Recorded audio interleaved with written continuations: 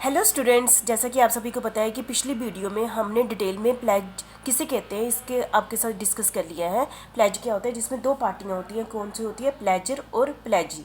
Pleasure ने प्लेजी से क्या लिया होता है? लोन लिया होता है, जिसके कारण प्लेजर क्या करता है? अपनी चीज़ें प्लेजी के पास एज ए सिक्योरिटी रखता है। जब प्लेजी अपने पास रखता है तो वो एज ए बेली का काम करता है, और प्लेजर क्या होता है? एज ए बेलर होता है। एक टाइप का स्पेशल टाइप का क्या होता है? बेलमेंट होते हैं। सारी कंडीशन जो बेलमेंट की है वो भी प्लेजी की है। ठीक है, बस इसमें ये कंसेप्ट है क्योंकि उसने लोन लिया होता है। किससे? प्लेजी से लोन लिया होता है। तो इसी को कंटिन्यू करते हुए मैं आज आपके साथ डिस्कस करूंगी। जैसे आपने पिछली वीडियो में डिस्कस किया था ना, rights and duties of baler, rights and duty of belly. ठीक है, वो 100% सेम टू सेम सारा A to Z टॉपिक इसमें भी लागू होता है। बस एक आधी चीज़ एक्स्ट्रा होगी। आपने इन दो वीडियो में यही समझना कि मैं आपकी क्या करा रही हूँ, रिवीजन नहीं करा रही हूँ किसकी? बेलमेंट की। बस इसमें एक्स्ट्रा एक आधा पॉइंट आपको मिल जाएगा, उसको आपने ध्यान में रखना है। ठीक है, ऐसे कोई एक्स्ट्रा पॉइंट्स नहीं है, वही पॉइंट्स हैं, लेकिन बस ये है कि टॉपिक अलग है और इसलिए मैंने अब बना दिया। और आपकी रिवीजन ही है, बेलमेंट की क्या है? एक टाइप से रिवीजन ही है। इसी को ध्यान में रखते हुए आपने ये टॉपिक समझना है। ठीक है,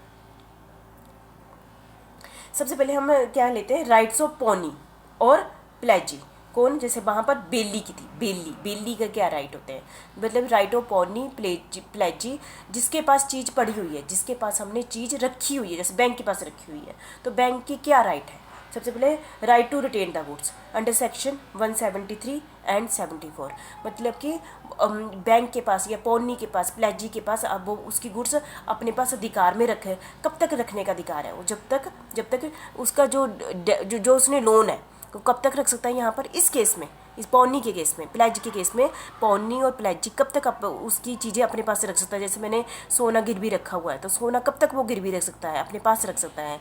जब तक मैं उसके लोन की पेमेंट नहीं कर देती, डेब्ट। जब तक मैं उसके लोन की पेमेंट, बैंक के लोन की पेमेंट नहीं कर देती, तब तक क्या होगा? वो पौनी बैंक वाले मेरी चीज़ अपने पास ही रखेंगे। साथ में जब तक मैंने बैंक से लोन लिया है, मैं उसका इंटरेस्ट नहीं चुका देती। एक तो लोन लिया है ना, इंटरेस्ट नहीं चुका देती, तब तक भी बैंक मेरी चीज़ें अपने पास रखेंगे। बैंक क्या है? पौनी है। ठीक है, और बैंक ने मेरी चीज़ें रखने के लिए, ठीक है, उस पर कुछ खर्चे कर दिए हुए हैं, उसको मेंटेन करने के लिए कुछ खर्चे कर दिए हैं, तो वो एक्सपेंसेस भी मुझे पेमेंट करने हैं। जब तक मैं तीनों चीज़ें, अपना लोन, उस पर इंटरेस्ट और वो एक्सपेंसेस जो उसने उसकी मेंटेनेंस के लिए रखे हुए हैं, वो सारी पेमेंट नहीं कर देती हूँ, तो बैंक वाली मेरी चीज़ अपने पास रखने का उनका पास अधिकार है। कौन से सेक्शन के अंडर? Section 173 and 174। तो समझ गए आप? बैंक के पास अधिकार है, जब तक मैं उनको लोन नहीं चुका देती, मैं उनका इंटरेस्ट नहीं चुका देती और अदर एक्सपेंसेस नहीं चुका देती, तब तक बैंक को ना, पौनी, प्लेजी, वो मेरी चीज़ें अपने पास रख सकते हैं। ठीक है, और अकॉर्डिंग टू सेक्शन 174 हो सकता है मैंने बैंक का लोन चुका दिया, ठीक है, और सब कुछ कर दिया, तो मैंने बैंक से और लोन ले लिया, मैंने पौनी से और लोन ले लिया, ले सकती हूँ ना? क्यों? मैंने और लोन ले लिया, ठीक है, ले लिया, तो मैं जो मेरी चीज़ें पहले पड़ी हुई हैं, जो भी चीज़ें मैंने पहले गिरवी रखी हुई है, तो फ्यूचर के लिए भी वो उसके पास ही पड़ी रह सकती है। ठीक है, क्योंकि मैंने अगली सिक्योरिटी के लिए, अगले लोन के लिए उसको एज ए सिक्योरिटी रख दिया है। Section 174, the pawnee advance a subsequent डेप्ट to the pawnbroker without any other security given for the new loan। मतलब कि जब मैंने बैंक से नया लोन ले लिया, तो मैं उसके पास और कोई सिक्योरिटी रखने की बजाय पुरानी सिक्योरिटी से ही काम चला लूँगी। ठीक है, मतलब कहने का मतलब हुआ ना, अब मेरी चीज़ है। ठीक है, तो अकॉर्डिंग टू सेक्शन 174 समझ गए? जब मैंने लोन नया ले लिया है और पुराना लोन चुका दिया है, तो वही सिक्योरिटी काम आ जाएगी। ठीक है, जो मैंने बैंक के पास रखी हुई है अकॉर्डिंग टू सेक्शन 174। तो मुझे लगता है right to retain the goods, bank पौनी तब तक अपनी मेरी चीज़ें, पॉनर की चीज़ें तब तक रख सकता है जब तक उसका लोन चुका नहीं दिया जाता, इंटरेस्ट नहीं दिया जाता और अदर एक्सपेंसेस दे नहीं दिए जाते, तब तक वो पॉनर की चीज़ अपने पास रख सकता है। ठीक है, मुझे लगता है समझ गए होंगे। नेक्स्ट है right to recover extraordinary expenses, section 175। Extraordinary expenses 175, he can recover ordinary expenses. मैंने ऊपर ही बता दिया, ऑर्डिनरी एक्सपेंसेस लेने का अधिकार है पौनी का। क्यों? Retaining the goods. Ordinary expenses क्या होते हैं? इनका प्रिजर्विंग द गुड्स, देखभाल, जैसे में गाय है उसको खाने पीने, मतलब कि सिंपल वाली चीज़ें आ गई ना। ऑर्डिनरी एक्सपेंसेस लेने का अधिकार है पौनी का। ठीक है, किससे? प्लेजर से। ठीक है, रिटेन द प्लेज, ठीक है। तो ये तो आपको समझ गया, ये तो मैंने आपको पिछले पॉइंट में कर दिया। मैं सेक्शन 175 में आती है एक्स्ट्रा ऑर्डिनरी एक्सपेंसेस। यहाँ ये extra ordinary expenses, extra ordinary लिखना था, ठीक है। एक्स्ट्रा ऑर्डिनरी एक्सपेंसेस कौन से होते हैं? इंकर्ड और possession and preservation of the goods pledged section. Incurred on possession और preservation of all the goods pledge, उसकी पोजेशन लेने के लिए, ठीक है। तो उसको हम क्या कहते हैं? Extraordinary goods. He can not retain the goods but can sue the, ये चलो ये आगे करते हैं। तो एक्स्ट्रा ऑर्डिनरी गुड्स आप समझ गए, इंकर्ड ऑन ऐसे एक्सपेंसेस जो हमने क्यों खर्चे किए हैं, उसके possession and preservation of the goods pledge under section 171, ठीक है। तो पहली बात है, जब हमने ऑर्डिनरी एक्सपेंसेस किए हैं जो उसको incurred on preserving the goods है ना, तो वो उसके लिए मैं क्या कर सकती हूँ? रिटेन द गुड्स रख सकती हूँ, अपने पास रख सकती हूँ जब तक वो मेरे एक्सपेंसेस रिटेन द गुड्स। ये ऊपर वाले पॉइंट ये मैंने रेपिटेशन कर दिया। और एक्स्ट्रा ऑर्डिनरी एक्सपेंसेस क्या होते हैं? यदि मैंने एक्स्ट्रा ऑर्डिनरी एक्सपेंसेस के लिए मैं अपने पास चीज़ें नहीं रख सकती, देखो पौनी उसकी चीज़ें नहीं रख सकता। एक्स्ट्रा ऑर्डिनरी एक्सपेंसेस के लिए वो ऐसा नहीं कर सकता मैंने नहीं तुम्हारी चीज़ वापस करनी। एक्स्ट्रा ऑर्डिनरी एक्सपेंसेस के लिए वो कोर्ट में केस कर सकता है, लेकिन उसकी चीज़ अपने पास अधिकार से नहीं रख सकता, ये ध्यान में रखना। ऑर्डिनरी एक्सपेंसेस के लिए वो जैसे सोना गिरवी रखा है, सोना रख सकता है, ठीक है। लेकिन एक्स्ट्रा ऑर्डिनरी एक्सपेंसेस के लिए वो अपने पास, मुझे उस बैंक वाला मुझे सोना वापस कर देगा पर मेरे पर केस कर सकता है। एक्स्ट्रा ऑर्डिनरी के लिए क्या कर सकता है? बैंक वाले मेरे पर केस कर सकते हैं पर चीज़ नहीं रख सकते। ऑर्डिनरी एक्सपेंसेस के केस में वो क्या कर सकते हैं? चीज़ रख सकते हैं, जैसे कि मैंने ऊपर रिटेन द गुड्स रख सकते हैं। सिर्फ ऑर्डिनरी एक्सपेंसेस में, मैंने टाइपिंग मिस्टेक कर दिया, ये है एक्स्ट्रा ऑर्डिनरी एक्सपेंसेस, ठीक है। तो आप समझ लेना, एक्स्ट्रा ऑर्डिनरी एक्सपेंसेस सेक्शन 175 में आते हैं। और जो ऊपर वाला ही यहाँ रेपिटेशन कर दिया, ऑर्डिनरी एक्सपेंसेस यहाँ आते हैं रिटेन द गुड्स, ठीक है। तो मुझे लगता है आप समझ गए होंगे, बुक भी देख लेना आपने। नेक्स्ट है राइट टू सेल, है ना। जैसे पौनी है, उसका लोन मैंने लिया हुआ है, उसके पास पौनी मेरी चीज़ नहीं भेज सकता। क्यों? मैंने लोन लिया है, जब तक टाइम पीरियड ख़त्म ना हो जाए, ठीक है। लेकिन कुछ केसेस में, किन केसेस में पौनी, है ना, प्लेजी अंडर सेक्शन 176, कौन से सेक्शन के अंडर? सेक्शन 176 के अंडर वो मेरी बैंक वाले मेरी चीज़ें बेच सकते हैं, है ना। आपके माइंड में आ गया ना। तो क्यों बेचेगा बैंक वाले मेरी सोना? क्यों बेचेगा? वो इसलिए बेचेगा ना, यदि मैंने उसको लोन नहीं चुकाया, मैंने उसका इंटरेस्ट नहीं दिया और मैंने उसके ऑर्डिनरी एक्सपेंसेस नहीं दिए, मैंने और एक्स्ट्रा ऑर्डिनरी एक्सपेंसेस नहीं दिए, तो बैंक वाले के पास अधिकार हो जाता है ना, क्योंकि जो सिक्योरिटी रखी हुई है वो बेच दे और अपने पैसे ले ले, है ना। तो हम फिर से देख लेते हैं कि किस किस केस में बैंक वाले मेरी चीज़ें बेच देते हैं। मैं बैंक इसलिए ले रही हूँ ताकि आप समझाएं मैं क्या कहना चाहती हूँ, ठीक है। अकॉर्डिंग टू सेक्शन 176 क्या होता है कि बैंक वाले मेरे पर क्या कर सकते हैं? मेरे लोन के लिए मेरे पर केस कर सकते हैं और मेरी चीज़ें अपने पास रख सकते हैं, ठीक है। अब मेरे पर क्या कर सकते हैं? सू मतलब केस कर सकते हैं और मेरी चीज़ें अपने पास रख सकते हैं, क्योंकि मैंने पहले ही पॉइंट में बता दिया, है ना। Under section retain the goods 173 and 174 मेरी चीज़ें रख सकते हैं, ठीक है। दूसरा क्या है?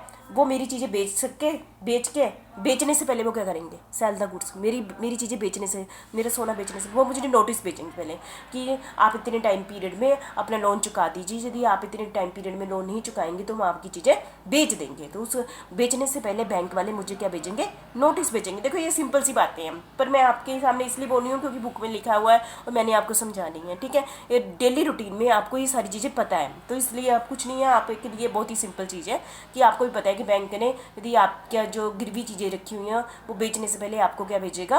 नोटिस भेजेगा, ठीक है। ये दोनों इंडिपेंडेंटली राइट है बैंक के पास, ठीक है। बैंक में एक एग्जांपल ले रही हूँ, ठीक है। रीजनेबल नोटिस मतलब वो नोटिस भेजेगा जिसमें टाइम लिखा होगा। चलो बैंक वालों ने बेच दिया, हम सोचते हैं कि बैंक वालों ने मेरी चीज़ जो लोन रखा हुआ था वो बेच दिया, और जो बेचने के बाद जो उसके पास अमाउंट आया वो जितना मैंने देना था बैंक को, बाई चांस मैंने लोन इंटरेस्ट और एक्स्ट्रा और एक्सपेंसिव 5 लाख रुपए देने थे, ठीक है। लेकिन वो सोना बेच के उसको 4 लाख मिला है, तब भी, है ना, तब भी 1 लाख बच गया ना। मतलब कि बैंक को मैंने कितने देने थे? 5 लाख देने थे, लेकिन मेरी चीज़ बेच के बैंक को 4 लाख मिला है, तब भी अब मैं कितना लोन रह गया? मेरा 1 लाख रह गया। तो पॉनर is liable for the balance. पॉनर कौन है? जिसने लोन लिया हुआ ना, तो वो 1 लाख के लिए फिर भी बैलेंस रह गया, लाइबिलिटी फिर भी रहेगी, ठीक है। यदि सेल करने पर 6 लाख मिल गया, सेल करने पर मेरे सोने का रेट कितना मिल गया? 6 लाख मिल गया, और अमाउंट कितना ड्यू था? 5 लाख था, ज़्यादा मिल गया ना। तो पौनी क्या करेगा? जो बैंक वाले 1 लाख मुझे वापस कर देंगे, क्योंकि मेरा लोन ही कितना था? 5 लाख, लेकिन उनके पास कितना आ गया? 6 लाख। तो 1 लाख रुपया पौनर को वह क्या कर देंगे? वापस कर देंगे। तो मुझे लगता है ये थी 3 ड्यूटियाँ। किसकी ड्यूटी थी? राइट्स ऑफ पौनी की थी। पौनी, बेली और प्लेजी, 3 नाम बोल रही हूँ, बेली इसलिए नहीं बोल रही हूँ, बेली के साथ ऐड कर दो लोन, है ना, तो यहाँ पे प्लेजी होगी। तो ये थोड़ा सा अलग गया बेली से, क्योंकि थोड़ा इसमें लोन चीज़ आ गई ना, बेली में नहीं थी, बेली में लोन नहीं है, ठीक है, इसलिए थोड़ा सा आपने ये, मैं बस आपको बार बार इसलिए बोलती हूँ ताकि वो आपको टॉपिक तैयार है तो उसके साथ आप कंटेक्ट करें, रिलेट कर दो आप, ठीक है। Right to retain the goods according to section 173 174, मतलब कि किसके लिए, लोन के लिए, इंटरेस्ट के लिए और ऑर्डनरी एक्सपेंसेस के लिए 173, और एक्स्ट्रा ऑर्डनरी एक्सपेंसेस के लिए क्या कर सकता है वो, रिटेन द गुड्स नहीं कर सकते, वो केस कर सकता है, ठीक है। राइट टू सेल, बेचने का भी अधिकार है, लेकिन बेच तभी सकता है यदि उससे पहले उसको क्या देना पड़ेगा, पॉनर को नोटिस भेजना पड़ेगा। मुझे लगता है बहुत अच्छी ढंग से आपको ये टॉपिक आ गया है, ठीक है। तो नेक्स्ट करते हैं ड्यूटी ऑफ द पॉनी। अभी मैंने राइट्स ऑफ पॉनी बताया है ना, प्लेजी बताया, अब मैंने आपको बस बताऊँ ड्यूटीज ऑफ द पॉनी, है ना।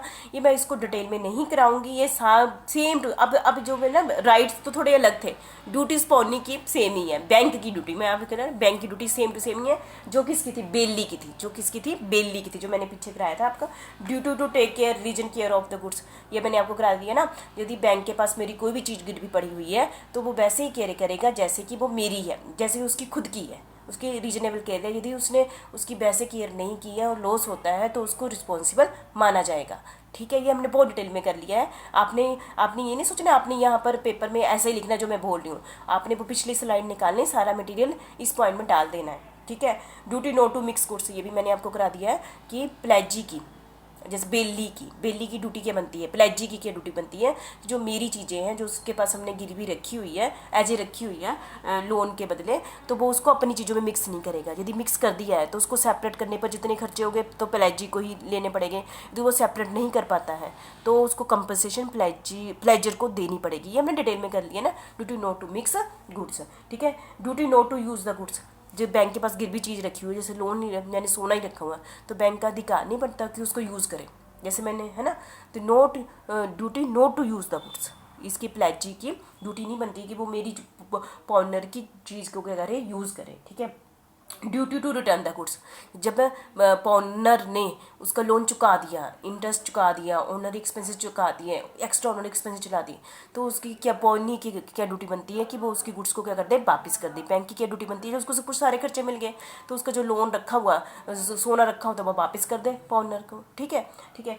Duty to return any accretion to goods, ये तो मैंने आपको बता दिया, ये ड्यूटी बनती है पॉनी की, जो भी एक्स्ट्रा अमाउंट बढ़ गया है, जैसे कि मैंने शेयर रखे थे तो उसके साथ बोनस शेयर मिल गया है, ठीक है, तो वो सारी चीज़ें वो पॉनर को क्या कर दे, वापस कर दे जो उसमें इंक्रीज हुई है, ठीक है। ड्यूटीज ऑफ पॉनी आपका हो गया, तो आपने पर इसी को नहीं लिखना है, आपने इसको रिलेट करना है बेली के साथ, बेली का जो सारा मटेरियल आपने यहाँ डाल के एक अच्छा सा क्वेश्चन बना लेना है, ठीक है। नेक्स्ट है राइट्स ऑफ द पॉनर, जिसने लोन लिया है। पॉनर कौन होता है, प्लेजर कौन होता है, जिसने लोन लिया है, और जो क्या है, ओनर ऑफ द गुड्स, जिसने लोन लिया है, जो सोने का क्या है, मालिक है, सोने का मालिक, जिसने गिरवी रखा है, ठीक है। राइट ऑफ ओनर मतलब क्या हुआ, जिसने लोन लिया है और जिसकी गुड्स है, जो ओनर ऑफ द गुड्स है, जिसने अपनी सिक्योरिटी रखी हुई है, वो पर्सन, ठीक है। वो पोनी को क्या कर सकता है, पहले हमारे हर जगह क्या है, वो पोनी को क्या कर सकता है, बैंक वाले को कहता है कि अपनी ड्यूटीज़ को अच्छे से ढंग से निभाओ, कि मेरी चीज़ों का अच्छे ढंग से केयर करो, ठीक है। मैंने आपका लोन चुका दिया है, अब मेरे लोन वापस कर दो मेरी चीज़ें, ठीक है। मेरी चीज़ें अपनी चीज़ों में मिक्स मत करो, ठीक है। और मतलब कि बहुत सारी चीज़ें ड्यूटीज़ है वो किसकी है, पॉनर की क्या है, राइट्स बन जाते हैं, ठीक है। Right to receive back the goods on payment of debt, अपने लोन चुकाने के बाद, है ना, पॉनर अपना लोन चुकाने बैंक से अपना सारा क्या ले लेगा, अपनी गुड्स वापस लेने का अधिकार है। Right to receive any addition to the goods as well, मतलब कि जो भी एडिशन हुई है गुड्स की, वो जैसे कि जो मैंने शेयर गिरवी रखे थे उस पर बोनस शेयर भी आ गए हैं, उसकी वैल्यू, मैंने डिवेंचर थे उस पर इंटरेस्ट भी ऐड हो गया है, तो मुझे सब कुछ वापस लेने का अधिकार हो जाता है, ठीक है। ये सारे पॉइंट्स पुराने हैं, पर मैं आपको एक थोड़ा सा अभी अपनी इस पॉइंट पर ज़्यादा ध्यान देना है, राइट टू रिडीम सेक्शन 177, ये थोड़ा एक्स्ट्रा है किससे, बेलमेंट के कंपेयर में, ठीक है। मतलब कि राइट टू रिडीम जैसा था ना, यहाँ पर मेरे कहने का मतलब राइट टू रिडीम किसके पास कह रहे हो, पॉनर कभी भी अपनी चीज़ वापस ले सकता है, कब लेगा, at any time after the fix date, ठीक है। एट एनी टाइम, जैसे कि मैंने बैंक से लोन लिया है 6 महीने का, वो 4 महीने के बाद भी ले सकता है, 6 महीने के बाद भी ले सकता है, फिक्स टाइम पीरियड के बाद भी ले सकता है, क्या पर क्या करना पड़ेगा, पॉनर को क्या करना पड़ेगा, पॉनर को जो अपनी गिरवी चीज़ कब वापस लेगा, राइट टू रिडीम कब करेगा, जब वो उसका क्या चुका देगा। वो हो सकता है कि जैसे मैंने 6 महीने के लिए लोन लिया है तो मैं 4 महीनों के अंदर अंदर उसका लोन भी चुका देती हूँ, उसका इंटरेस्ट भी चुका देती हूँ, एक्स्ट्रा ऑनरी एक्सपेंसेस भी चुका देती हूँ, ऑनरी एक्सपेंसेस भी चुका देती हूँ। जैसे मैंने चुकाया मैं अपनी चीज़ वापस ले लूँगी, ठीक है। और हो सकता है मैं 6 महीने का लोन लिया तो मैं 6 महीने बीतने के बाद उसका loan interest extraordinary expenses चुका के अपनी चीज़ वापस ले सकती हूँ। तो ये वाला राइट किसके पास है, राइट टू रिडीम किसके पास है, पॉनर के पास है, सेक्शन 177। अब एक सेक्शन का ध्यान रखना, बाकी सारा टॉपिक बेलमेंट जैसा ही है, ठीक है। तो इसलिए बोल रही हूँ ताकि आपको ऐसे लगे बड़ी सारी वीडियो बन गई है और मतलब कि सारी सेम ही है। यदि आप टॉपिक समझ गए ना, राइट्स ड्यूटी अपनी आप ही आपको आ जाती हैं, ठीक है। Next duty of the पॉनर। पॉनर कौन, जिसने लोन लिया है और जिसके जो ओनर है उसकी क्या ड्यूटी बनती है, duty to reimburse ordinary expenses, ठीक है। उसकी ड्यूटी बनती है यदि उसने ऑनरी एक्सपेंसेस किए हैं कौन से सेक्शन 173 के अंदर उसकी मेंटेनेंस के लिए, वो उसको पैसे वापस कर दे अंडर सेक्शन 173। हमने पिछले रेपिटेशन नहीं अभी पीछे की है हमने, due to reimburse extraordinary expenses हमने किया ना सेक्शन 175। एक्स्ट्रा ऑनरी एक्सपेंसेस भी देने का अधिकार है किसका, पॉनर का, पोनी को देने का अधिकार है, एक्स्ट्रा ऑनरी एक्सपेंसेस उसको दे दे, ठीक है। ड्यूटी टू रिपे द डेप्ट plus any interest due on under section 174, ठीक है। ये ड्यूटी उसकी तो बनती है, इसको लोन चुका दे, उसके ऊपर इंटरेस्ट चुका दे, कौन से सेक्शन के अंडर 174। देखो हमने सेक्शन 173, 4, 5 पीछे सारा किया हो ना, रेपिटेशन ही है, बस आपने बस इसके एक स्ट्रक्चर ऐसे बनाना है कि पॉइंट्स आपने कर लिए, यहाँ भी आएंगे, काफ़ी जगह रेपिटेशन ही हो रही है, ठीक है। और duty to ensure that the goods pledge are free from any charge, और उसने जो भी ये भी ध्यान में रखना है, उसकी ड्यूटी बनती है पॉनर की, जो चीज़ मैं अपनी गिरवी रख रहा हूँ आगे बैंक के पास तो मैं उसको इंश्योर कर दूँ मैं उसका मालिक हूँ, ठीक है। इस पर कोई भी केस कुछ नहीं चला हुआ है, ठीक है। ऐसा ना मेरे पास केस चले हुए हैं, मैं उसका ओनर ही नहीं हूँ और बैंक वाले को बता ही नहीं, उसके बदले लोन ले लूँ, तो उसकी ड्यूटी बनती है कि बैंक वाले को उसके बारे में पूरा बता दें, ठीक है। तो इस स्लाइड में मैंने आपको कम्प्लीटली क्या करा दिया, rights and duties of pawnee and rights and duties of pawnor. पर आपको इसको मैंने बहुत डिटेल में इसलिए नहीं, ये सारे पॉइंट्स मैंने आपके पास रेपिटेशन ही की है जो बेलमेंट की है, यहाँ मैंने शॉर्टकट अपनाया है, ठीक है। आपने पहले बेलमेंट की जो ड्यूटीज़ बेलर की और पॉनर की इकट्ठे रख लेनी है, बेली की और पॉनी की इकट्ठे रख के जो है वो सारे पॉइंट्स जो इसमें आएंगे इसमें जो एक्स्ट्रा आपको लगे वो उसको ऐड करके आपने एक अच्छा सा क्वेश्चन बना लेना है पेपर के लिए, ठीक है। आपने ये सारा अच्छे से कर लेना है, बहुत ही इंपॉर्टेंट है, मतलब एक 99% ये बेलमेंट को ही मैंने आपको कराया है, ठीक है। थैंक यू वेरी मच, इसको अच्छे से कर लेना।